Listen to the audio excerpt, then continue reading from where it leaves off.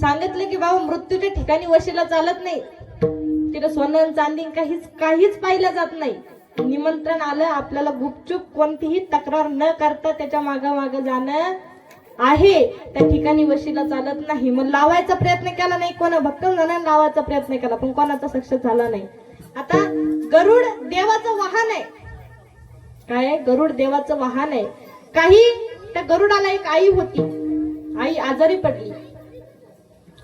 पडली त्या गरुडाची. आणि मग नंतर काळ जवळ आला, मृत्यूची वेळ जवळ आली. आता मरणार आहे. रोज कोणते आता देवाचं वाहन म्हणल्यावर त्याला भेटणारे कोण? आता एखाद्या नेत्याचा जर पिया असला, एखाद्या नेत्याचा पिया असला त्याच्या घरचं कोणी आजारी पडलं तर त्याला पाहायला कोणी, सगळे कार्यकर्ते त्याला पाहायला येईल ना. मग देवाचं वाहन आहे गरुड. आणि गरुडाचं आई आजारी पडली, मग गरुडाला पाहायला कोण येणार आहे? सगळे देव पाहायला येणार आहे. सगळे देव पाहणे झाले. रोज गरुड विचारायचा आज कोण आलं होतं. ते सांगायचे आज विष्णुदेव आले होते, आज ब्रह्मदेव आले होते, आज महादेव आले होते, आज हनुमंतराय आले होते, आज प्रभू श्रीरामचंद्र आले होते, आज भगवान श्रीकृष्ण आले होते. रोज सांगायचे. पण नंतर आता यमानं आदल्या दिवशी सांगून दिलं. काय? यमानं आदल्या दिवशी सांगून दिलं की आता उद्या मी भेटायला येणार आहे.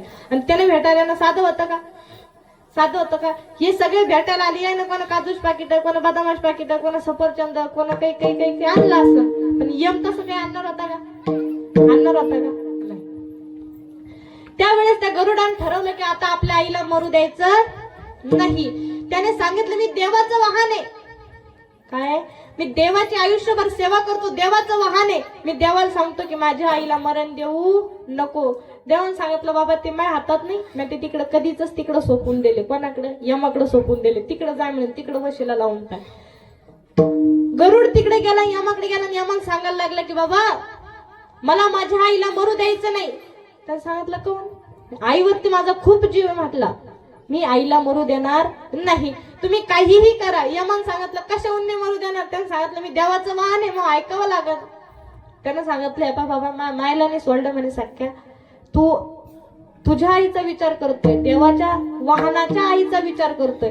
मी सख्या आईला, वडिलांना, मुलाला, बाळाला नाही सोडलं म्हणे. तुला सोडणार आहे का? नाही, तुला मी नेणारच आहे म्हणे, तुझ्या आईला नेणारच आहे. त्याने सांगितलं की बर नेणार आहे का आईला? ठीक आहे.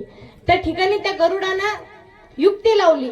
आपल्या आईला उचललं आणि आईला एका अशा घनदाट जंगलात नेऊन ठेवलं, एका घनदाट ठिकाणी नेऊन ठेवलं. कोणते की त्या ठिकाणी किडा मुंगी काहीच जात नाही, तिथं हवा जाणं सुद्धा अशक्य आहे. अशा ठिकाणी त्याने आपल्या आईला नेऊन ठेवायचं ठरवलं. आता यमानं सांगितलं होतं की बरोबर उद्या 7 वाजता, संध्याकाळच्या 7 वाजता मी तुझ्या आईला नेणार आहे. या सकाळीच निघला. याला वाटलं की आधीच आपण त्या ठिकाणी जाऊन बसू. हा तिथं बसला. 6:45 हा तिथे पोहोचणार. कोण? गरुड आणि त्याची आई तिथे पोहोचणार. तेवढ्यात त्याने पाहिलं की तिथं हे पावसाच्या आधी गरुड ते यमदेव होते, ते तिथं काय करत होते? फराळाचं करत होते. कोण? यमदेव फराळाचं करत होते. हे दोघं तिथं पावसाच्या आधी तिथं येऊन हजर होते. आणि मग यमान सांगितलं बाबा आला का? कुठे नेणार होता आईला? त्याने सांगितलं की बाबा तुला ही जागा सापडली कशी? त्यावेळेस यमाने सांगितलं की बाबा तुझ्या आईचा मृत्यू बरोबर 7 वाजता आजच्या दिवशी, आजच्या वाराला, आजच्या वेळेला आणि ह्याच ठिकाणी निश्चित होता. म्हणून तुला ती बुद्धी सुचली, तो आईला इथे आणून ठेवलं. म्हणून बाबा इथं वशिले लावायचे भरपूर जणांना प्रयत्न केले पण शक्य झालं का? नाही. एकाला यमदेव आता देवाचा भक्त असल्यामुळे समजा चांगले कर्म केले त्यानं, त्यानं चांगले कर्म केल्याच्यामुळे यमाने त्या व्यक्तीला सांगितलं की बाबा उद्या मी तुला न्यायला येणार आहे. आता तो यम न्यायला आला. याला सरळ ते दिसलं.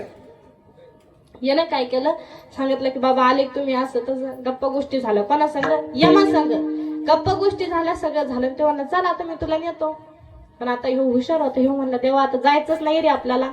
जायचं मग काही फराळ पाणी, चहा पाणी काही घेऊन जाय. यमान सांगितलं ठीक आहे, मी तसं कोणाच्या घरचं खात नाही म्हणे.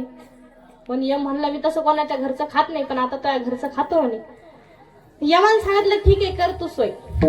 यानं काय केलं? चहा केला आणि त्या चहामध्ये झोपाची गोळी टाकली. कशाची? झोपाची गोळी टाकली. आता यमानं लिस्ट करेल होती. पहिले याचंच नाव होतं, मग नंतर खाली सगळ्याचे नाव होते. मग ते यमानं काय केलं? चहा प्याला. काय केलं, चहा पिला. चहा पिल्याच्या नंतर त्या गोळीचा आसार त्याच्यावरती झाला आणि आम्हाला तिथे डुकली आली. आता यानं ती यमाची लिस्ट घेतली.